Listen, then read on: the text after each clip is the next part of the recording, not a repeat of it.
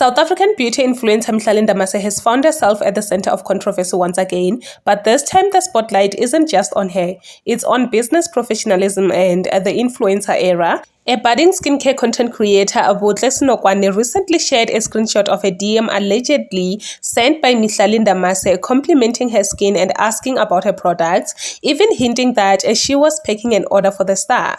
While some saw this as a major career milestone for the small business owner, many social media users were quick to question the ethics of exposing a client's private inquiry for public validation. The situation has now shifted from just bleaching rumors to a broader conversation about trust between brands and customers. Especially when high-profile names are involved, should small businesses be allowed to leverage celebrity interactions for marketing, or does client confidentiality come first? Regardless of status and in a digital age where cloud can build or break a brand overnight, was this smart promotion or a costly mistake? Please comment your thoughts down below in the comment section, and I will see you on my next upload.